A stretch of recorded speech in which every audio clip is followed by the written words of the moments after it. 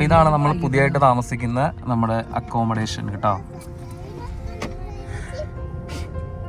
അപ്പോൾ എല്ലാവർക്കും പുതിയൊരു വീഡിയോയിലേക്ക് സ്വാഗതം. അപ്പോൾ ഇന്നത്തെ വീഡിയോയിൽ നമ്മൾ ജർമ്മനിയിലെ കോബ്ലൻസിലും അതുപോലെ ഫ്രാങ്ക്ഫർട്ട് 2 സിറ്റി വിസിറ്റ് ചെയ്യാൻ വേണ്ടി പോവാം. ഇന്ന് നമ്മളൊരു ചെറിയ ഫാമിലി വ്ളോഗാണ്, ഒരു 1 ഡേ ട്രിപ്പാണ്. കഴിഞ്ഞ വീഡിയോ നമ്മൾ കൊളോൺ കത്തീഡ്രലിൻ്റെ ഒരു വീഡിയോ ആയിരുന്നു. അമ്മ ഉണ്ടായിരുന്നു. അമ്മ അതിനുശേഷം തിരിച്ച് നാട്ടിലോട്ട് പോയി. അമ്മ വിസിറ്റിങ്ങിന് വേണ്ടി മാത്രം വന്നായിരുന്നു. ഇനിയിപ്പോൾ പയ്യനെ അമ്മേനെ ഒന്നുകൂടെ കൊണ്ടുവരണം. അപ്പോൾ ഇന്ന് നമ്മൾ എൻ്റെ ബ്രദറിലോ ആയിട്ടുള്ള മിഥുൻ ചേട്ടൻ, റോസ്മോളുടെ ബ്രദറാണ്. അപ്പോൾ ചേച്ചിയുണ്ട്. അവർ യു കെയിലാണ്. യു കെയിൽ നിന്ന് അവർ വെക്കേഷന് വേണ്ടിയിട്ട് വന്നതാണ്. അപ്പോൾ അവരുമായിട്ടൊരു ചെറിയ ഫാമിലി വ്ളോഗാണ്. നമ്മളിപ്പോൾ താമസിക്കുന്നത് NRW സ്റ്റേറ്റിലാണ്, ജർമ്മനി. ഇപ്പോൾ നമ്മൾ കഴിഞ്ഞ വീഡിയോ കണ്ടവർക്കറിയാം, നമ്മൾ ട്രിയറിൽ നിന്ന് നമ്മുടെ ജോലി മാറി 8 ഓഫ് എന്ന് പറഞ്ഞൊരു സിറ്റിയിലേക്ക് വന്നായിരുന്നു. അപ്പോൾ അവിടെ വന്നതിന് ശേഷം നമ്മൾ പിന്നെ കുറേ നാൾ വീടും കാര്യങ്ങളൊക്കെ സെറ്റ് ആകാഞ്ഞതുകൊണ്ട് നമ്മൾ വ്ളോഗ്സ് ഒന്നും ചെയ്തിട്ടില്ലായിരുന്നു. അപ്പോൾ ഇപ്പോൾ നമ്മുടെ അവിടെ ഒരു വീടൊക്കെ സെറ്റായി. അപ്പോൾ അതിന് ശേഷം ചെയ്യുന്ന വീഡിയോ ആയതുകൊണ്ടാണ്. നമ്മുടെ കുറേ പേര് നമ്മുടെ വീഡിയോ സ്ഥിരം കാണുന്ന ആൾക്കാരുണ്ട്. അപ്പോൾ ഒരു ഇൻസ്റ്റഗ്രാമിലൊക്കെ ചോദിച്ചിട്ടുണ്ടായിരുന്നു പുതിയ സ്ഥലത്തേക്ക് പോയിട്ട് വീഡിയോസ് ഒന്നും ചെയ്തില്ലേ എന്നൊക്കെ. അപ്പോൾ അതുകൊണ്ടാണ് ഞാൻ പറഞ്ഞത്. അപ്പോൾ ഇന്ന് നമ്മൾ 2 സിറ്റികളാണ്, ഒന്ന് കോബ്ലൻസും പിന്നെ ഫ്രാങ്ക്ഫർട്ടും. ഈ 2 സിറ്റികളാണ് നമ്മൾ ഇന്ന് വിസിറ്റ് ചെയ്യാൻ പോകുന്നത്. കോബ്ലൻസ് വൺസ് നമ്മൾ പോയ വീഡിയോ നമ്മുടെ ചാനലിലുണ്ട്. ഒരു കേബിൾ കാറിലൊക്കെ നമ്മൾ കയറിയൊരു വീഡിയോ ഉണ്ട്. അപ്പോൾ അവിടെ അങ്ങോട്ടേക്ക് തന്നെയാണ് നമ്മൾ എന്നും പോകുന്നത്. അപ്പോൾ നമ്മൾ ആദ്യം പോകുന്നത് കോബ്ലൻസിലെ കേബിൾ കാറിൽ കയറാനാണ്. അപ്പോൾ അതിനുശേഷം നമ്മൾ ഫ്രാങ്ക്ഫർട്ട് സിറ്റി, അതാണ് നമ്മുടെ ഇന്നത്തെ പ്ലാൻ. അപ്പോൾ എന്തായാലും എല്ലാവർക്കും വീഡിയോയിലേക്ക് സ്വാഗതം. ചെറിയൊരു വീഡിയോ ആണ്. ഓക്കെ, അപ്പോൾ ഇനി നമ്മൾ നേരെ കോബ്ലൻസ്. അപ്പോൾ നമ്മുടെ വീടിൻ്റെ ലൊക്കേഷനിൽ നിന്ന് ഏകദേശം ഒരു 10-70 കിലോമീറ്റർ ഉണ്ട്. അപ്പോൾ നമ്മൾ ആദ്യം ഫ്യൂവൽ ഫില്ല് ചെയ്യണം. അപ്പോൾ പോകുന്ന വഴി ഫ്യൂവൽ അടിച്ചിട്ട് പോകാൻ വേണ്ടിയിട്ട് നമ്മൾ കയറിയതാണ്. ഇതാണ് ജർമ്മനിയിലെയൊക്കെ ഫ്യൂവൽ സ്റ്റേഷൻ. ഇത് അരാളിൻ്റെ ഒരു ബ്രാൻഡാണ്. ഇവിടെ നമ്മൾ ഫ്യൂവൽ ഫില്ല് ചെയ്തിട്ട് ഈ ഒരു ടാങ്കിൻ്റെ നമ്പർ അവിടെ പോയി പറഞ്ഞാൽ മതി കൗണ്ടറിൽ. എന്നിട്ടാണ് നമ്മൾ പേ ചെയ്യുന്നത്. നമ്മുടെ നാട്ടിലെ പോലെ ഇവിടെ ആരും ഉണ്ടാവില്ല. നമ്മൾ തന്നെ അടിച്ചിട്ട് നമ്മൾ തന്നെ പേ ചെയ്യണം. കൗണ്ടറിൽ ഒരാളുണ്ടാവും. ചേട്ടനൊക്കെ അവിടെ നിന്ന് അവരുടെ വണ്ടിയിൽ ഇങ്ങോട്ടേക്ക് വന്നതാണ്. അപ്പോൾ നമ്മുടെ ജർമ്മനിയിൽ നമ്മൾ ആദ്യമായിട്ടാണ് മറ്റൊരു രാജ്യത്തെ വണ്ടിയിൽ യാത്ര ചെയ്യുന്നത്. അപ്പോൾ യാത്രകളുടെ മറ്റു വിശേഷങ്ങൾ കാണാം. നമ്മൾ ഫ്യൂവൽ ഫില്ല് ചെയ്തിട്ട് ഇവിടെ വന്ന് പേ ചെയ്യണം. ഇപ്പം ജർമ്മനിയിലൊക്കെ പെട്രോൾ സ്റ്റേഷനിൽ ഇതുപോലെ ഒരു ഷോപ്പൊക്കെ ഉണ്ടാവും. നമുക്ക് അത്യാവശ്യമുള്ള സാധനങ്ങളൊക്കെ ഇവിടെ നിന്ന് കിട്ടും. അപ്പം ഇനി നമ്മൾ നേരെ കോബ്ലൻസ്. അപ്പം നമ്മളും ജർമ്മനിയിൽ വന്നിട്ട് ശരിക്കും മറ്റൊരു രാജ്യത്തെ വണ്ടിയിൽ യാത്ര ചെയ്യുന്നത് ഇപ്പോഴാട്ടോ. അപ്പോൾ ഇവർ യു കെയിൽ നിന്ന് ഇവരുടെ വണ്ടിയിൽ തന്നെ ഇങ്ങോട്ടേക്ക് വന്നു. അപ്പോൾ അതിൻ്റെ ഒരു ചെറിയ ഇൻഫർമേഷനും കൂടെ നമുക്ക് ചോദിക്കാം. മിഥുൻ ചേട്ടാ, ഇപ്പം യു കെയിൽ നിന്ന് നിങ്ങൾ ഇങ്ങോട്ടേക്ക് വന്നില്ലേ? അപ്പോൾ ഇവിടെ അത്യാവശ്യം വെയിലടിക്കുന്നുണ്ട് കേട്ടോ. അതുകൊണ്ടാണ് ചെറുതായിട്ട് താത്തേക്കാം. ഓക്കെ, അപ്പോൾ യു കെയിൽ നിന്ന് ഇപ്പം വിസ ഇല്ലാതെ നിങ്ങൾക്ക് ഇങ്ങോട്ടേക്ക് വരാൻ പറ്റുന്നത് ഞങ്ങൾക്ക് ബ്രിട്ടീഷ് പാസ്പോർട്ട് ഉള്ളതുകൊണ്ടാണ് വരാൻ പറ്റുന്നത്. സിറ്റിസൺഷിപ്പ് ഉള്ളതുകൊണ്ട്. സിറ്റിസൺഷിപ്പ് ഉള്ളതുകൊണ്ട് നമുക്ക് അങ്ങനെ ഇതില്ലാതെ വരാം. ഓക്കെ, ഇങ്ങോട്ടേക്ക് വരുന്നതിന് വേറെ കുഴപ്പമില്ല. അപ്പോൾ നമുക്ക് ശരിക്കും ഈ യു കെയിൽ നിന്ന് ജർമ്മനി പോലുള്ള രാജ്യത്തേക്ക് നമുക്ക് എൻട്രി വരുന്നത് ഫെറി വഴിയല്ലേ നിങ്ങൾ വരുന്നത്? അപ്പോൾ അത് എവിടേക്കാണ് ഉള്ളത്? നമുക്ക് ഫ്രാൻസിലാണ് നമ്മുടെ ഫെറി എത്തുന്നത്. ഒന്നെങ്കിൽ കലായിസ് എന്നുള്ള പോർട്ടിൽ, അല്ലെന്നുണ്ടെങ്കിൽ ഡൻകർക്ക് എന്നുള്ള പോർട്ടിലേക്ക് നമുക്ക് വരാൻ പറ്റും. കലായിസും ഡൻകർക്കും.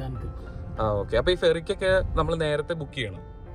നേരത്തെ ബുക്ക് ചെയ്യാം. അല്ലെന്നുണ്ടെങ്കിൽ ഇപ്പോൾ നമ്മൾ പോകുന്ന പോലെ നമ്മൾ ബസ് ടിക്കറ്റ് എടുത്ത് പോകുന്ന പോലെ നമുക്ക് ചെയ്യാം. അവിടെ ചെന്നിട്ടും എടുക്കാൻ പറ്റില്ല. നമ്മൾ നേരത്തെ ഓൺലൈനിൽ നിന്ന് ബുക്ക് ചെയ്യണം.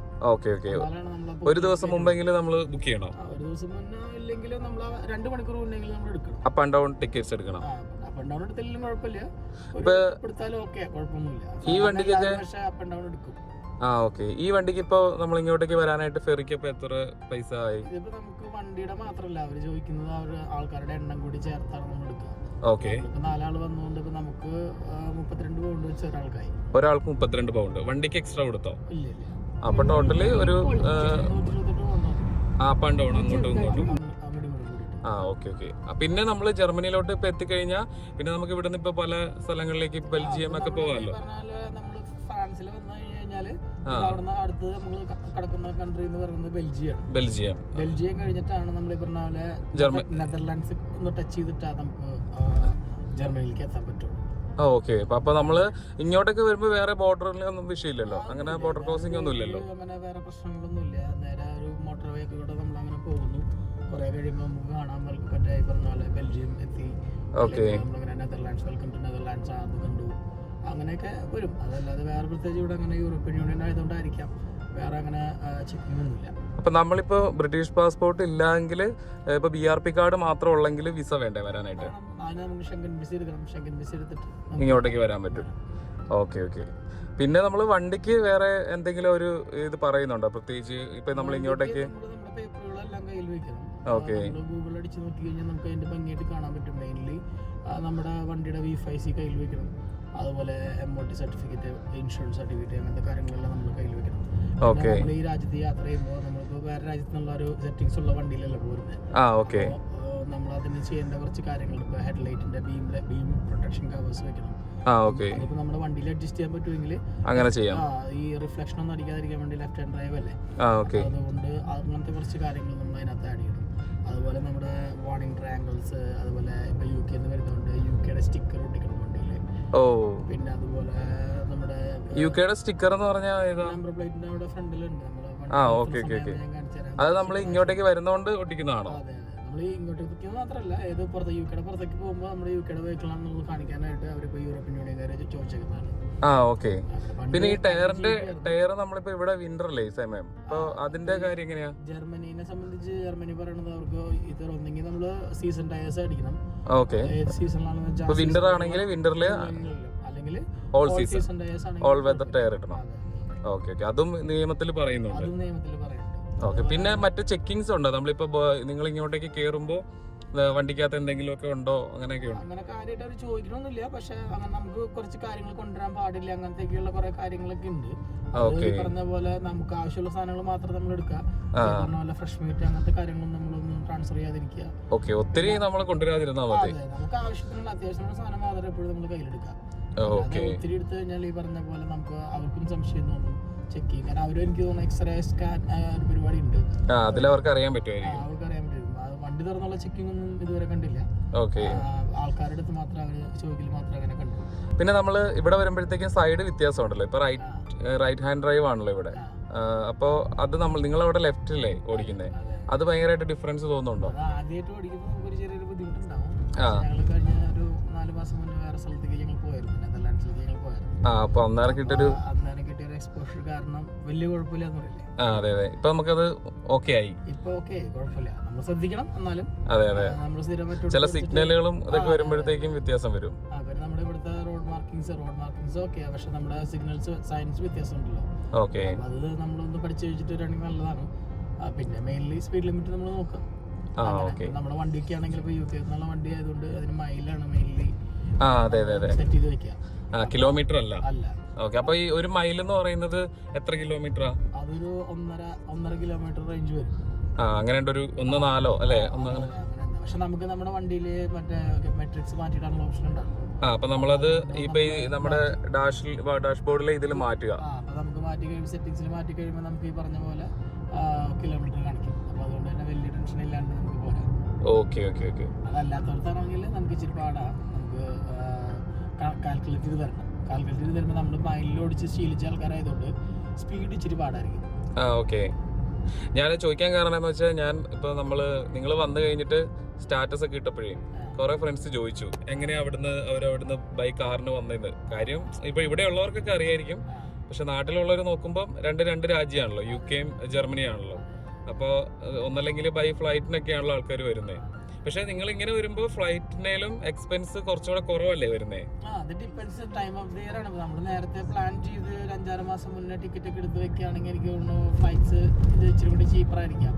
സ്റ്റില് നമുക്ക് ഇച്ചിരി കൂടി കൺവീനിയന്റ് ആയിട്ട് പോകാനായിട്ട് കാർ നല്ലതാണ്. കാരണം അപ്പൊ നമ്മളിപ്പോ ഇവിടേക്ക് വന്ന് നമ്മൾ ഇവിടുന്ന് പോകുമല്ലോ, എവിടെയെങ്കിലും യാത്ര ചെയ്യാൻ പോകണമെന്നുണ്ടെങ്കിൽ നമുക്ക് അല്ലെങ്കിൽ പിന്നെ നമ്മൾ ഇവിടെ വന്നിട്ട് ഇവിടുത്തെ ഇതെടുക്കണം, എന്നാ പറയണ പുതിയ മറ്റേ ടാക്സി എന്തെങ്കിലും.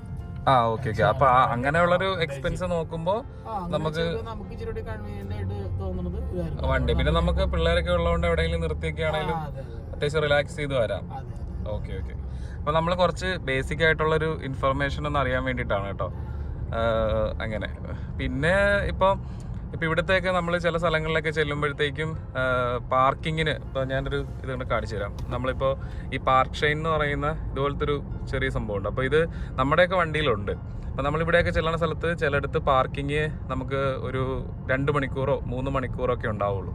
അപ്പം അങ്ങനെയുള്ള സ്ഥലങ്ങളിൽ നമ്മൾ ഇതുമായിട്ട് പോയിട്ട് നമ്മൾ അവിടെ ചെന്ന് പാർക്ക് ചെയ്യുന്ന ആ ഒരു ടൈം നമ്മളിതിൽ സെറ്റ് ചെയ്തിങ്ങനെ വെക്കുക. ഇപ്പോൾ 3 മണിക്കാണ് എത്തിയെങ്കിൽ അല്ലെ അങ്ങനെ അല്ലെ 4 മണിക്ക് അങ്ങനെ വെച്ചിട്ട് പോകണം. അപ്പോൾ അവർ വന്ന് ചെക്ക് ചെയ്യും. അപ്പോൾ ഇവിടെ ഇങ്ങനെയൊക്കെ വരുമ്പോൾ ഇപ്പോൾ UK എന്നൊക്കെ വന്ന വണ്ടിയിൽ അവിടെ ഇങ്ങനത്തെ ഇതില്ലല്ലോ, പാർക്കിങ്ങിൻ്റെ സിസ്റ്റം ഇല്ല. അപ്പോൾ ഇവിടെ ഉള്ളതുകൊണ്ട് ഇപ്പം ഞാൻ എൻ്റെ വണ്ടിയിൽ നിന്ന് എടുത്ത് ഇതിൽ വെച്ചതാണ്. ഞങ്ങൾ ഇപ്പോൾ അവിടെ ഇവിടെയൊക്കെ പോയി പാർക്ക് ചെയ്യുന്ന സമയത്ത് ഇത് ആവശ്യം വരും. അപ്പോൾ അതൊക്കെയാണ് നമ്മൾ വണ്ടിയായിട്ട് വരുമ്പോൾ ശ്രദ്ധിക്കേണ്ട കാര്യമുള്ളൂ. പിന്നെ ഫ്യൂവലിൻ്റെ പ്രൈസ് വ്യത്യാസമുണ്ടോ UK വെച്ച് നോക്കുമ്പോൾ? ഓക്കെ, അവിടെ ഒരു പൗണ്ട് അല്ല 1 ലിറ്റർ 1.5 പൗണ്ട് ആ റേഞ്ചിലേക്കാണ് ഇപ്പോൾ പ്രൈസുകൾ കയറിക്കൊണ്ടിരിക്കുന്നത്. ഡിപ്പെൻസ് നമ്മൾ അടിക്കുന്ന പെട്രോൾ ടൈപ്പ് ഉണ്ടല്ലോ, നമ്മുടെ നാട്ടിലെ പോലെ അല്ല ഇവിടെ പെട്രോള് ഷെല്ലിന്നൊക്കെ അടിക്കുകയാണെങ്കിൽ പിന്നെ അവിടെ പറഞ്ഞ പോലെ ഏരിയാസ് അനുസരിച്ച് നമുക്ക് പൈസക്ക് വ്യത്യാസം. ഓക്കെ. പിന്നെ പൗണ്ടിന്റെ യൂറോയുടെ ഒരു വ്യത്യാസം ഉണ്ടല്ലോ. ഓക്കെ. ഇവിടെ നമുക്ക് E5ഉം E10ഉം ഉണ്ട് പെട്രോൾ ആണെങ്കിൽ. അപ്പോൾ സൂപ്പർ അങ്ങനെ പല കാറ്റഗറി ഉണ്ട്. അപ്പോൾ അതൊക്കെയാണ് നമ്മൾ എന്തായാലും അങ്ങോട്ടേക്ക് കുറച്ച് ദൂരം ഉണ്ട്. അപ്പോൾ ഞങ്ങൾ സംസാരിച്ചങ്ങനെ പോകുമായിരുന്നു. അപ്പോൾ എന്തെങ്കിലും ഒരു ഇൻഫർമേഷൻ ആയിട്ടുള്ള കാര്യം ആയിക്കോട്ടെ എന്ന് വിചാരിച്ചു. അപ്പോൾ ഇന്നൊരു നല്ല വെതർ ഉള്ളൊരു ദിവസമാണ്. വിൻ്റർ ടൈമിൽ ശരിക്കും നമുക്ക് ഇത്രയ്ക്ക് നല്ലൊരു വെതർ കിട്ടില്ല. കുറച്ചു നേരം കഴിയുമ്പോൾ ഇതങ്ങ് മാറും. നമ്മൾ വണ്ടിയിൽ ഇതുപോലെ ട്രാവലൊക്കെ ചെയ്യുന്ന സമയത്ത് വീഡിയോസ് അപ്ലോഡ് ചെയ്യുമ്പോഴേ കുറേ ആൾക്കാർ ചില ക്വസ്റ്റ്യൻസ് ഒക്കെ ചോദിക്കാറുണ്ട് കമൻ്റായിട്ടും മെസ്സേജൊക്കെ ആയിട്ട്. അതിൽ കുറച്ച് പേര് എന്നോട് ചോദിച്ചിട്ടുള്ളതാണ്, ജർമ്മനി എന്ന് പറയുമ്പോൾ G അല്ലേ വരേണ്ടത്, നമ്പർ പ്ലേറ്റിൽ D ആണല്ലോ എന്നുള്ളത്, അത് ഡെൻമാർക്കിൻ്റെ അല്ലേ എന്നൊക്കെ അങ്ങനെ ചോദിച്ചിട്ടുണ്ട്. ശരിക്കും പറഞ്ഞാൽ D എന്ന ഒരു ഡോയ്ച്ച്ലാൻഡിൻ്റെ ആണ് D എന്ന് കൊടുത്തിരിക്കുന്നത്. ഇപ്പോൾ ജർമ്മനി എന്ന് പറയുമ്പോൾ ശരിക്കും അത് ഇംഗ്ലീഷിൽ നമ്മൾ പറയുന്ന ഒരു വേർഡായിട്ടാണ് ജർമ്മനി. ശരിക്കും ഇവിടെ ഡോയ്ച്ച്ലാൻഡ് എന്ന് തന്നെയാണ് അവർ എപ്പോഴും പറയാറുള്ളത്. അപ്പോൾ അതുകൊണ്ടാണ് D വന്നിരിക്കുന്നത്. പിന്നെ നമ്മൾ ഓട്ടോബാനിൽ ഇതുപോലെ യാത്ര ചെയ്യുന്ന സമയത്ത് യൂറോപ്പിലെ മറ്റ് കൺട്രീസിൽ നിന്നുള്ള ഒരുപാട് വണ്ടികൾ നമ്മൾ കാണാറുണ്ട്. ഇപ്പോൾ ഉദാഹരണം പറയുകയാണെങ്കിൽ ബെൽജിയത്തിൻ്റെത് B ആണ്. പിന്നെ ഇപ്പോൾ ഡെൻമാർക്കിൻ്റെ ചോദിച്ചത് DK ആണ്, ഡെൻമാർക്കിൻ്റെ വണ്ടികൾ. പിന്നെ അതുപോലെ തന്നെ പോളണ്ടിൻ്റെതുണ്ട്, അതുപോലെ തന്നെ സ്വിറ്റ്സർലൻഡ്, നെതർലാൻഡ്സ്, ഇപ്പോൾ ലക്സംബർഗ്. ഇങ്ങനെ നമുക്ക് ഓട്ടോബാനിൽ യാത്ര ചെയ്യുന്ന സമയത്ത് പല കൺട്രീസിലെയും വണ്ടികൾ കാണാം. പ്രത്യേകിച്ച് ഒരു വെക്കേഷൻ ടൈമൊക്കെ ആണെങ്കിൽ ഒരുപാട് വണ്ടികൾ നമുക്ക് കാണാൻ പറ്റും. അപ്പോൾ അത് കുറേ ആൾക്കാർ സംശയത്തിൽ ചോദിച്ചിട്ടുണ്ടായിരുന്നു. അതിൽ ഞാൻ കണ്ടിട്ടുള്ളതിൽ ലക്സംബർഗും നെതർലാൻഡ്സും യെല്ലോ ബോർഡാണ്. ഇപ്പോൾ UK ഒക്കെ ആണെങ്കിൽ ഫ്രണ്ടിൽ വൈറ്റ് ബോർഡും ബാക്കിൽ യെല്ലോ ബോർഡും അല്ലേ, അങ്ങനെ വരുന്നത്. ജർമ്മനിയിൽ നമുക്ക് ബാക്കും ഫ്രണ്ടിലും വൈറ്റ് ബോർഡ് തന്നെയാണ് വരുന്നത്. നെതർലാൻഡ്സും ലക്സംബർഗും ആണ് യൂറോപ്പിൽ. എനിക്ക് മറ്റു രാജ്യങ്ങളിൽ എല്ലായിടത്തും ഉണ്ടോ എന്ന് എനിക്ക് അറിയത്തില്ല. അപ്പോൾ അത് കുറേ ആൾക്കാർ ഇങ്ങനെ മെസ്സേജൊക്കെ ആയിട്ട് ചോദിക്കാറുണ്ട് ഈ നമ്പർ പ്ലേറ്റിൻ്റെ കാര്യങ്ങളൊക്കെ. പിന്നെ കുറച്ച് പേര് ചോദിച്ചിട്ടുണ്ടായിരുന്നു നമുക്ക് പേരൊക്കെ എടുക്കാൻ പറ്റുമോ എന്നുള്ളത്. അതായത് ഇപ്പോൾ UK അത് UK ശരിക്കും പറഞ്ഞാൽ പേരായിട്ടല്ലല്ലോ, അതിങ്ങനെ അങ്ങനെ നമുക്ക് ലക്കിൽ കിട്ടുന്നതാണ്. നമ്മളിപ്പോ ഈ കാനഡയിലും അമേരിക്കയിലും ഒക്കെ ഉള്ള പോലെ പേരങ്ങനെ എടുക്കല് നടക്കൂല. അല്ലാതെ നമുക്ക് ബൈ ചെയ്യാൻ പറ്റില്ലല്ലോ. പറ്റോ? നോക്കി, അതായത് ഇപ്പൊ എക്സാക്ട് ലെറ്റർ ആയിട്ട് കിട്ടാൻ പാടില്ല. ഓക്കെ. എന്തായാലും നമ്മള് 2 ലെറ്റർ കഴിഞ്ഞാൽ പിന്നെ 2 നമ്പേഴ്സ്, 3 ലെറ്റർ, അങ്ങനെയാണ് അവരുടെ ഒരു സ്റ്റാൻഡേർഡ് രീതി. അതിന്റെ ഉള്ളിൽ നമ്മുടെ പേര് ഫിറ്റ് ചെയ്യാൻ പറ്റുമെങ്കിൽ നമുക്ക് ഓപ്ഷൻ. മാൾട്ടയില് നമ്മുടെ ഒരു സുഹൃത്ത് ഇങ്ങനെ വാങ്ങിച്ചിട്ടുണ്ടായിരുന്നു. മാൾട്ടയിൽ അങ്ങനെ നമ്പർ നമുക്ക് വാങ്ങാൻ പറ്റും. ഇപ്പോൾ കേരള എന്നുണ്ടെങ്കിൽ കേരള എന്ന് തന്നെ നമുക്ക് വാങ്ങാം. അതിനൊരു ലെറ്ററിന് ഇത്ര വെച്ച് കൊടുക്കണം. അത് മാൾട്ടയിലുണ്ടായിരുന്നു. പക്ഷെ ജർമ്മനിയിൽ ഇവർ നമ്പർ ഇപ്പോൾ നമുക്ക് ലക്കിൽ കിട്ടും. ഇപ്പോൾ ഏത് സിറ്റി ആണോ ആ സിറ്റിയുടെ 2 ലെറ്റർ ആയിരിക്കും ഫസ്റ്റ് വരുന്നത്. അപ്പോൾ അങ്ങനെ നമുക്ക് നോക്കിയെടുക്കാം. പക്ഷെ നമ്മൾ എപ്പോഴും അങ്ങനെ വണ്ടിയുടെ നമ്പർ നോക്കിയിട്ട് ആ സിറ്റിയിൽ വന്ന് താമസിക്കാൻ പറ്റില്ലല്ലോ. ഇപ്പം ഞാനിപ്പോൾ ഉള്ള സിറ്റിയിൽ ശരിക്കും പറഞ്ഞാൽ SU ആണ്. അപ്പോൾ വേണമെങ്കിൽ എൻ്റെ പേര് ഇപ്പോൾ സുബിൻ എന്നാണെങ്കിൽ എനിക്കത് എടുക്കാൻ പറ്റും. BI എനിക്കിവിടെ കിട്ടും. അങ്ങനെ സുബീൻ ആക്കാം. അങ്ങനെ ആണ് നമ്പർ പ്ലേറ്റിൻ്റെ കാര്യം. അതും കുറേ ആൾക്കാർ നമ്മളോട് ചോദിക്കാറുണ്ട് ഈ നമ്മുടെ പേരെടുക്കാൻ പാടില്ലേന്ന്. പിന്നെ നമ്മൾ KL എടുക്കുന്നത് അത് നമ്മുടെ ചോയ്സ് ആയിട്ട് എടുക്കാം. അങ്ങനെ അതിനിവിടെ പ്രത്യേകിച്ച് പൈസ എക്സ്ട്രാ ഒന്നും വരുന്നില്ല ജർമ്മനിയിലാവുമ്പോൾ. അല്ലാതെ നമ്പർ ഫുള്ളായിട്ട് ഇപ്പോൾ ഇവിടെയുള്ള ജർമ്മൻസും അങ്ങനെ നമ്പർ വാങ്ങിച്ച് ഞാൻ കണ്ടിട്ടില്ല. ഇവിടെ അങ്ങനെ ഒരു റൂളില്ല. എല്ലാവർക്കും ഇതുപോലെ തന്നെ ഇപ്പോൾ ഓരോ ഇതിൻ്റെ ഇപ്പോൾ ആ കാറ് നമ്മുടെ മുന്നിലൊരു വണ്ടി പോകുന്നുണ്ട്, അതിൻ്റെത് NR ആണ്. ആ NR എന്നുള്ളത് നോയ്വീഡ് എന്ന് പറഞ്ഞിട്ടുള്ള സിറ്റിയുടെ ഇതിൻ്റെയാണ് NR എന്ന് വരുന്നത്. അപ്പോൾ നമ്മളിവിടെ വണ്ടി എടുത്തു കഴിഞ്ഞാൽ NR എന്തായാലും നമ്മൾ വേണം.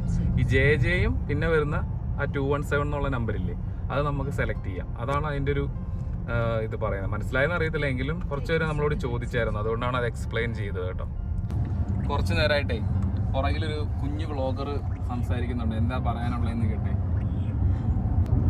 ഞങ്ങള് കോബ്ലൻസിന്റെ കേബിൾ കാറിലോട്ട് പോണ്ടിരിക്കാണ്. അതുവരെ ഞങ്ങള് കാറിലാണ്. 6 ആൾക്കാർ കാറിലുണ്ട് അല്ലേ? ഞാൻ ശരിക്കും വ്ലോഗിയല്ല, ഞാൻ എന്റെ ഒരു ഫ്രണ്ട് മിസ് ചെയ്തോണ്ടിരിക്കാണ്. ഓ, ഫ്രണ്ടിനെ മിസ് ചെയ്തോണ്ടിരിക്കുന്നോണ്ട് ഫ്രണ്ടിന് വേണ്ടിട്ട് റെക്കോർഡ് ചെയ്യുകയാണ് അല്ലേ? ആണ്. പിന്നെ ഈ കമ്പ്യൂട്ടറിന് ചാർജർ കുട്ടികള് സാധനം ചെയ്തിട്ട് പിന്നെ ഇപ്പൊ എടുത്തതൊന്ന് കാണിച്ചു തരുമോ? ചെറുതായിട്ട് കാണിച്ചു തരാം. പക്ഷെ ഞാൻ ചെയ്തോണ്ടിരിക്കാം.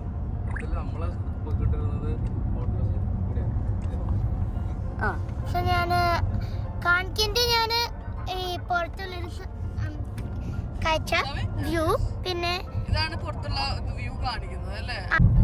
നമ്മൾ പോകുന്ന സമയത്ത് വെയിലുകൊണ്ട് നിങ്ങൾക്ക് കാണാൻ പറ്റുന്ന അറിയത്തില്ല, കേബിൾ കാറിന്റെ ഒരു വ്യൂ കാണാം കേട്ടോ.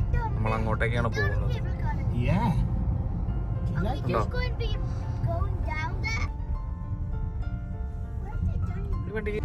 നമ്മൾ ചില സിറ്റിയിലൊക്കെ വരുമ്പോൾ ഇതുപോലത്തെ ടെമ്പററി സിഗ്നലുകൾ മുകളിലുണ്ടാവും. അത് ചില സമയത്ത് ഓപ്പോസിറ്റും നമുക്ക് അങ്ങോട്ടേക്കും ഈ ഇപ്പുറത്തെ ലൈനിൽ നമുക്ക് പോകാൻ പറ്റും. ഇപ്പോൾ ഇത് 1 വേ ആണ്. അത് അവർ ആ ട്രാഫിക്കിൻ്റെ ഒരു സിറ്റുവേഷൻ അനുസരിച്ച് അത് കൺട്രോൾ ചെയ്യും.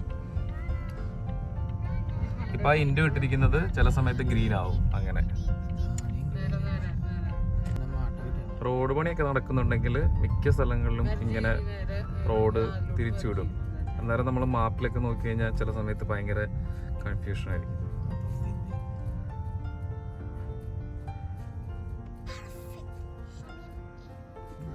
അവിടെ ഒരു തടിയുടെ ഒരു കഷ്ണം ഗ്ലാസ്സിൽ വെച്ചിരിക്കുന്നത് എന്തോ ഒരു ചരിത്ര സംഭവമായിരിക്കും തോന്നുന്നു.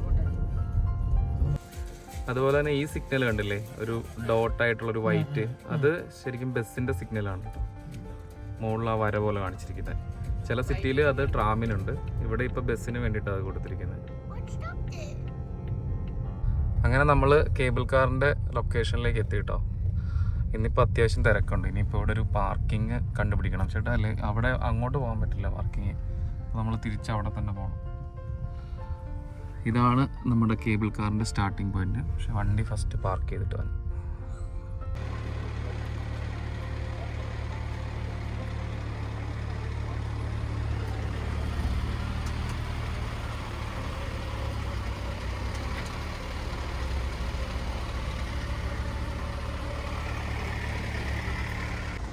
ഇതുപോലുള്ള ടൂറിസ്റ്റ് ഡെസ്റ്റിനേഷനിലോട്ടൊക്കെ വന്നു കഴിഞ്ഞാലേ നമുക്ക് പാർക്കിംഗ് ഭയങ്കര പ്രശ്നമാണ്. ഇപ്പോൾ ഇവിടെ ഞങ്ങളൊരു 10-15 മിനിറ്റോളം അങ്ങോട്ടും ഇങ്ങോട്ടും നടന്നിട്ടാണ് നമുക്കൊരു പാർക്കിംഗ് കിട്ടിയത്. അതാണ് ഇതുപോലുള്ള സ്ഥലങ്ങളിൽ വന്നാലുള്ള കുഴപ്പം. അപ്പം എന്തായാലും നമ്മൾ കേബിൾ കാറിൻ്റെ അങ്ങോട്ടേക്ക് എത്തിയിട്ടുണ്ട്. ചേട്ടൻ വണ്ടി പാർക്ക് ചെയ്ത് ഫ്രീ ആവുകയാണ്.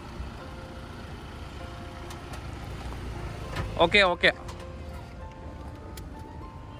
നമ്മുടെ കുഞ്ഞു വ്ളോഗർ ഇവിടെ ഉണ്ട് കേട്ടോ. എങ്ങനെ ഉണ്ടായിരുന്നു യാത്ര? വണ്ടി മാറിക്ക്. മിലി എണീറ്റോ? അങ്ങനെ നമ്മുടെ പാർക്കിംഗ് സ്പേസ് കിട്ടി. ഇനിയിപ്പോൾ ഇവിടെ പാർക്ക് ഷെയിൻ ഉണ്ട്. നമ്മളിവിടെ സാധാരണ നമ്മൾ ഇവിടെയൊക്കെ വരുമ്പോഴത്തേക്കും ഇവിടെ ഇങ്ങനെ ഒരു പാർക്ക് ഷെയിൻ ഉണ്ട്. അവിടെ പാർക്ക് ചെയ്യാനുള്ള ഫീസ് അടച്ചിട്ട് നമുക്ക് ഇവിടെ നിന്നൊരു പേപ്പർ കിട്ടും. അത് നമ്മൾ വണ്ടിയെ കൊണ്ട് വെക്കാറുണ്ട്. പക്ഷേ ഇന്നിപ്പോൾ ഇവിടെ പബ്ലിക് ഹോളിഡേ ആണ്. പബ്ലിക് ഹോളിഡേയ്സിൽ പേ ചെയ്യേണ്ടതെന്നാണ് ഇവിടെ എഴുതി വെച്ചിരിക്കുന്നത്. എന്തായാലും നമ്മളും പേ ചെയ്തിട്ടില്ല. അപ്പോൾ ഇനി നമുക്ക് നേരെ കേബിൾ കാറിൽ കയറാനായിട്ട് പോകാം. അത്യാവശ്യം നല്ല തണുപ്പുണ്ട്. റോസ്മോളെ, എന്തിനാണ് ഈ കൂളിംഗ് ഗ്ലാസ് വെച്ചിരിക്കുന്നത്? എൻ്റെ വായിന്ന് പറയിപ്പിക്കരുത്. മിലി, മിലിനെ നമ്മൾ പരിചയപ്പെടുത്തില്ല. ഇതാണ് ഞങ്ങളുടെ മിലി. മിലി അന്നേരം നമ്മൾ വണ്ടിയിൽ കയറിയപ്പോൾ ഉറങ്ങുമായിരുന്നു.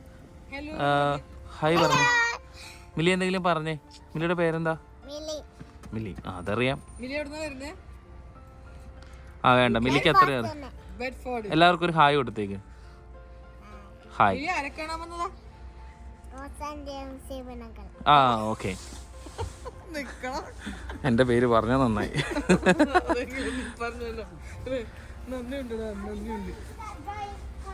ചേച്ചി അന്നേരത്തേക്ക് ഉറക്കായിരുന്നു നമ്മൾ വിളിച്ചപ്പോ. ചേച്ചിയുടെ പേരെന്ന് പറഞ്ഞേക്ക്. ലിജി. ഓക്കെ. ചേച്ചിയും ചേട്ടനും UK-ൽ. നിങ്ങൾ വർക്ക് ചെയ്യുന്ന സ്ഥലം ഏതാ? ബെഡ്ഫോർഡ്.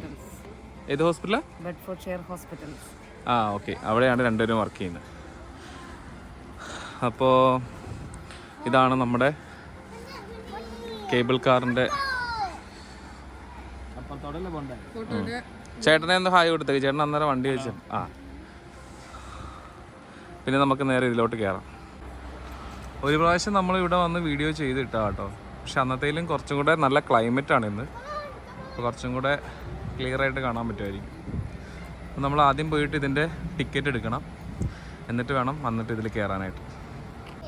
ഇതാണ് ഇവിടുത്തെ ടിക്കറ്റ് കൗണ്ടർ. ഇനി നമ്മൾ പോയി ടിക്കറ്റ് എടുക്കണം. നമ്മളപ്പോൾ ടിക്കറ്റ് എടുത്തു. ശരിക്കും നമ്മൾ 4 അഡൽട്ട്സിനും കിൻഡറിനും കൂടെ 68 euro ആയി. അതായത് നമ്മൾ ഫാമിലി ഓഫറും പിന്നെ അഡൽട്ടിൻ്റെ ഓഫറും അങ്ങനെ എടുത്തത്. പല ഫെയറിലുണ്ട്. അതുകൂടാതെ നമ്മൾ ഒരു സുവിനീറായിട്ട് കഴിഞ്ഞ പ്രാവശ്യം വന്നപ്പോൾ നമുക്ക് മേടിക്കാൻ പറ്റിയില്ല. അഞ്ചു നമ്മൾ വാങ്ങിച്ച സുവിനീർ. നമ്മൾ യൂറോപ്പിലെ ജർമ്മനിയിലൊക്കെ നമ്മൾ കാണിക്കാം. ജർമ്മനിയിലൊക്കെ നമ്മൾ എവിടെ പോയാലും ഇതുപോലുള്ള നമുക്ക് 1 euro, ഇതിപ്പോൾ 3 euro കണ്ടോ എന്തോന്നല്ലേ, ഇതുപോലുള്ള ഒരു സുവിനീർ കിട്ടും. നമുക്ക് സൂക്ഷിച്ച് വെക്കാൻ വേണ്ടി പറ്റും. അപ്പോൾ അത് 2 നമ്മൾ എടുത്തു. ഓക്കെ. അതുപോലെ തന്നെ നമുക്ക് ഇവിടെ വേറൊരു സുവിനീർ കിട്ടും. നമ്മളിവിടെ പൈസ ഇട്ട് കഴിഞ്ഞാൽ നമുക്ക് കോയിൻസ് കിട്ടും. 2 euro ഇട്ട് കൊടുക്കും. നമ്മൾ പൈസ ഇട്ടു. ഇനിയിപ്പോൾ ഇവിടെ നമ്മളിത് കറക്കണം. ഓക്കെ. അപ്പോൾ നമുക്ക് അവിടെ നിന്ന് ഒരു സുവിനീർ കിട്ടും. വന്നു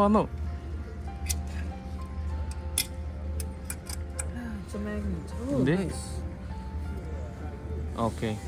അപ്പോൾ നമ്മൾ കേബിൾ കാറിൽ വന്നതിൻ്റെ ഒരു മെമ്മറി ആയിട്ട് ഇതും നമ്മളെടുത്തു. നമ്മൾ കേബിൾ കാറിൽ കയറാനായിട്ട് വന്നു കേട്ടോ. അതിൽ ഫാമിലി ടിക്കറ്റ് വേറെ കാണിച്ചു കൊടുക്കും കേട്ടോ.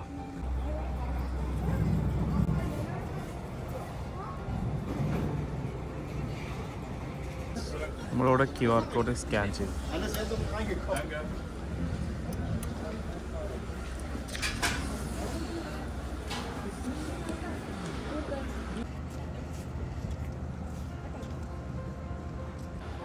ഇപ്പോൾ ഇവിടെ ഒരു കേബിൾ കാർ വന്നിട്ടുണ്ട്. നമുക്കിതിൽ കയറാം. അത്യാവശ്യം നല്ല തിരക്കാണ്. ഇതാണ് അപ്കമിങ് വ്ളോഗർ അഞ്ചു. അപ്പോൾ അങ്ങനെ ഞങ്ങൾ കേബിൾ കാറിൽ കയറി. ഇതിങ്ങനെ മൂവ് ആയിക്കൊണ്ടിരിക്കുകയാണ്. അപ്പോൾ നമ്മൾ ഇനിയിപ്പോൾ ഇവിടുന്ന് അതൊറ്റ സ്പീഡിൽ അങ്ങോട്ട് പോകും. അവിടെ ഇരുന്നു. മിലി സേ ഹായ്.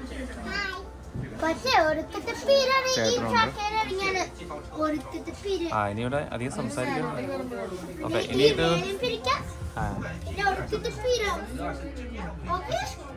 എനിക്ക് ശരിക്കും പൊക്കം അത്യാവശ്യം പേടിയുള്ള കൂട്ടത്തിലാണ്.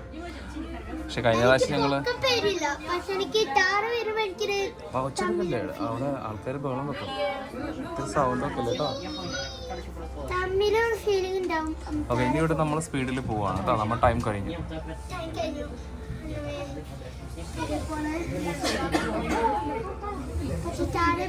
എനിക്ക് പ്രശ്നം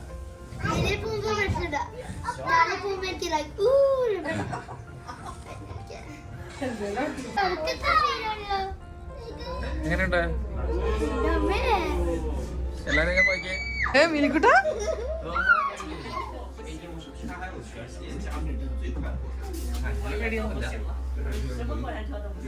പക്ഷെ താഴെ പോകുമ്പോ പേടിണ്ടോ? എങ്ങനെയുണ്ട് സാധനം? കൊള്ളാല്ലേ? ഇങ്ങനത്തേലാണ് നേരത്തെ കയറിയത്?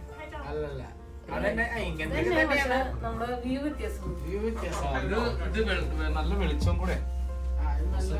ചേച്ചി ആ വ്യൂ ഉണ്ടോ? ആ വ്യൂ നോക്ക്. അത് പോകുമ്പോ ഓപ്പോസിറ്റ് ഇതുപോലെ ഓരോ കേബിൾ കാറുകൾ വന്നോണ്ടിരിക്കും. അതുപോലെ തന്നെ ഇതിൻ്റെ ഇപ്പുറത്തൊരു ചരിത്ര സ്മാരകവും സംഭവങ്ങളൊക്കെ ഉണ്ട് കേട്ടോ. അപ്പോൾ നമ്മൾ തിരിച്ച് ചെല്ലുമ്പോഴത്തേക്കും കാണാം. അതിൻ്റെ ഒരു കേബിൾ കാറിൽ നിന്നുള്ള വ്യൂ അടിപൊളിയാണ്. നമ്മളിതിന് മുമ്പ് വന്ന സമയത്ത് ക്ലൈമറ്റും ഇത്ര നല്ലതായിരുന്നില്ല, വ്യൂ ഒന്നും ഇത്രയും അടിപൊളിയായിരുന്നില്ല. പക്ഷേ ഇപ്പോൾ നല്ല ക്ലൈമറ്റ് ആയതുകൊണ്ട് സൂപ്പറായിട്ട് നമുക്ക് കാണാം. ഈ ഒരു റിവറിനെ ക്രോസ് ചെയ്തിട്ടുള്ളൊരു വ്യൂ ആണ്. ഇത് റിവറാണ്.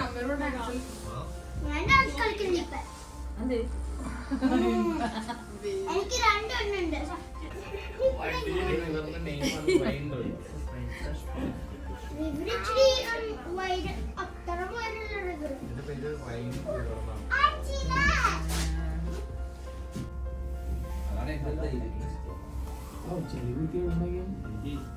സത്യല്ലേ ചെളി കുത്തി ഒഴുകണു. എനിക്ക് താഴേക്ക് പോകാനാണ് പേടി.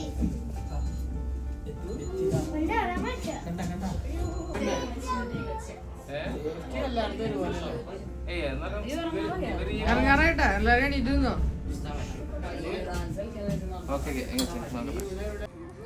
ഇതിന്റെ ടോപ്പിൽ നമ്മൾ എത്തിക്കഴിഞ്ഞാൽ ഇവിടെ കുറെ ഒരു മൈതാനവും പിന്നെ ഇവിടെ കുറച്ച് വ്യൂ പോയിന്റ്സും കാര്യങ്ങളൊക്കെയാണ്. അപ്പോൾ ഇനിയിപ്പോൾ അതെല്ലാം കണ്ടിട്ട് തിരിച്ചു വരാം. ഇവിടെ വേറെ ഇപ്പോൾ ഒന്നും കാണാനില്ല. പിന്നെ ഇത്ര ആൾക്കാരുള്ളത് കൊണ്ട് നമ്മൾ വീഡിയോസും കാര്യങ്ങളും എടുക്കുമ്പോൾ ചില അവരുടെ പ്രൈവസിയും കാര്യങ്ങളൊക്കെ നോക്കണം. കിട്ടി. ഇവിടെ വരുമ്പോഴത്തേക്ക് ഇതിൻ്റെ ടോപ്പിലൊരു വ്യൂവിന് വേണ്ടിയിട്ട് ഒരു തടി കൊണ്ട് നിർമ്മിച്ചൊരു വ്യൂ പോയിന്റ് ഉണ്ട്. ഇത് കാണാനായിട്ട് കുറേ ആൾക്കാർ നിൽക്കും. ഇവിടുന്ന് നമുക്ക് നോക്കിയാൽ കോബ്ലൻസിൻ്റെ വ്യൂ ഫുള്ളായിട്ട് കാണാം.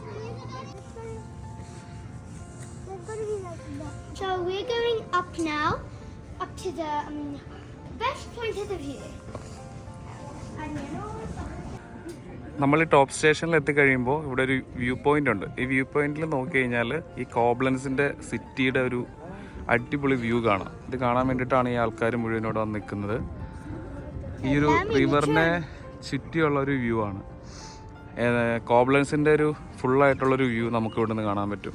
ഇതൊരു അത്യാവശ്യം ഹൈറ്റിലായിട്ടുള്ളൊരു വ്യൂ പോയിന്റ് അവർ ബിൽഡ് ചെയ്തിരിക്കുന്നതാണ്. നമ്മൾ ഇതും കൂടെ കാണാനായിട്ടാണ് വന്നത്.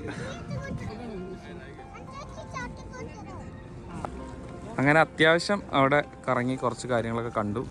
ഇനിയിപ്പോൾ നമ്മൾ തിരിച്ച് ഈ കേബിൾ കാറിൽ താഴേക്ക് പോവാം. അപ്പോൾ തിരിച്ച് പോകുമ്പോൾ ഉള്ള എൻട്രൻസ് ഇവിടെയാണ്. ഈ ഒരു ടോപ്പ് ഭാഗത്തും ആൾക്കാർ വരുന്നുണ്ട് കേട്ടോ. അവിടെ കാർ പാർക്കിംഗ് കാണുന്നുണ്ട്. അവിടെ വന്നിട്ട് ആൾക്കാർ ഇവിടെ ടിക്കറ്റ് എടുത്തിട്ട് ഇതിലേ പോകും. നമ്മൾ തിരിച്ച് താഴേക്ക് ഇറങ്ങാൻ വേണ്ടിയിട്ട് വെയിറ്റ് ചെയ്ത് നിൽക്കുക. ഓരോ കേബിൾ കാറുകൾ ഇതുപോലെ പോകുന്നുണ്ട്. ഇനിയിപ്പോൾ ഫ്രീ ആയ ഏതെങ്കിലും ഒരെണ്ണത്തിൽ കയറണം.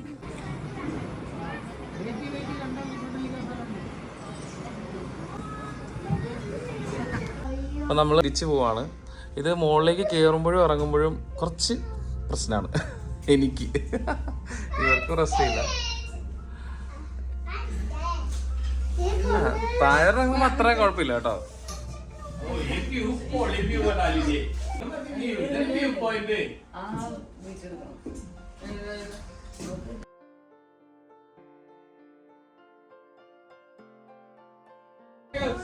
അങ്ങനെ നമ്മുടെ കേബിൾ കാറിലെ യാത്രകൾ അവസാനിച്ചു. നമ്മൾ പുറത്തേക്ക് ഇറങ്ങി. പുറത്തിറങ്ങുമ്പോൾ ഇവിടെ റിവർ ഉണ്ട് കേട്ടോ. ആ റിവറിൻ്റെ അപ്പുറം വഴി ഒരു ട്രെയിൻ പോകുന്നുണ്ട്. അതിൻ്റെ ഒരു വ്യൂ അടിപൊളിയാണ്. അങ്ങനെ കേബിൾ കാറിൻ്റെ കാഴ്ച കഴിഞ്ഞിട്ട് നമ്മൾ തിരിച്ചു പോവുകയാണ്. അതിൻ്റെ തൊട്ടപ്പുറത്തായിട്ട് വേറൊരു സംഭവമുണ്ട്. പക്ഷെ നമ്മൾ ഇന്നിപ്പോൾ അങ്ങോട്ട് കാണാൻ പോകുന്നില്ല. കാരണം ഞങ്ങൾക്ക് ഫ്രാങ്ക്ഫർട്ട് ജസ്റ്റ് സിറ്റി കാണാൻ വേണ്ടി പോകാൻ വേണ്ടിയാണ്. ഫ്രാങ്ക്ഫർട്ട് പോകണമെന്ന് ചേട്ടനൊരാഗ്രഹം. അപ്പം പിന്നെ നമ്മൾ ഇവിടുന്ന് നേരെ ഇനി ഫ്രാങ്ക്ഫർട്ടിലേക്ക് പോവാം. അങ്ങനെ നമ്മൾ കോബ്ലൻസിലെ കേബിൾ കാറിൻ്റെ കാഴ്ചകളൊക്കെ കണ്ടിട്ട് ഇനിയിപ്പോൾ നമ്മൾ നേരെ ഫ്രാങ്ക്ഫർട്ട് കാണാൻ വേണ്ടി പോവാം.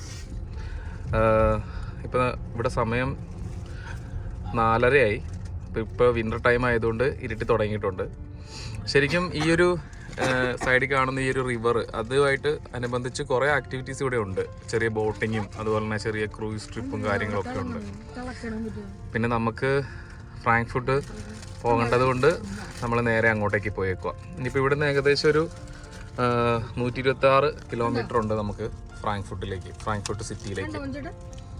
അപ്പോൾ അങ്ങോട്ടേക്കാണ് നമ്മുടെ അടുത്ത യാത്ര. അങ്ങനെ നമ്മൾ ഫ്രാങ്ക്ഫർട്ട് സിറ്റിയിലെത്തി. അപ്പോൾ ഞങ്ങൾ ജസ്റ്റ് ഇവിടെ പാർക്ക് ചെയ്തിട്ട് ഫ്രാങ്ക്ഫർട്ട് സിറ്റിക്ക് ആകുമ്പോഴേ ഒന്ന് പോകാമെന്ന് വെച്ചു.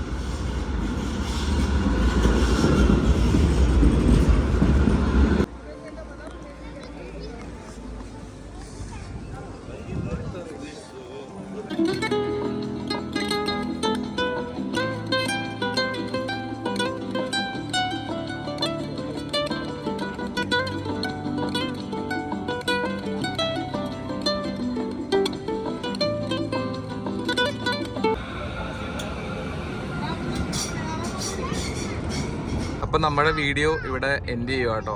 ഫ്രാങ്ക്ഫർട്ടിൽ പോയി അവിടുത്തെ കുറച്ച് കാഴ്ചകളൊക്കെ കണ്ടിട്ട് നമ്മൾ നേരെ തിരിച്ച് നമ്മുടെ വീട്ടിലേക്ക് പോവാണ്.